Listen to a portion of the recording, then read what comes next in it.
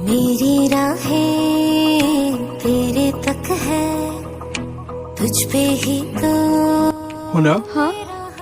মই জানো তুমি মেখেলা চাদৰ ভালকৈ পিন্ধিব নাজানা এইযোৰ পিন্ধি লোৱা ঠিক আছে ঠিক আছে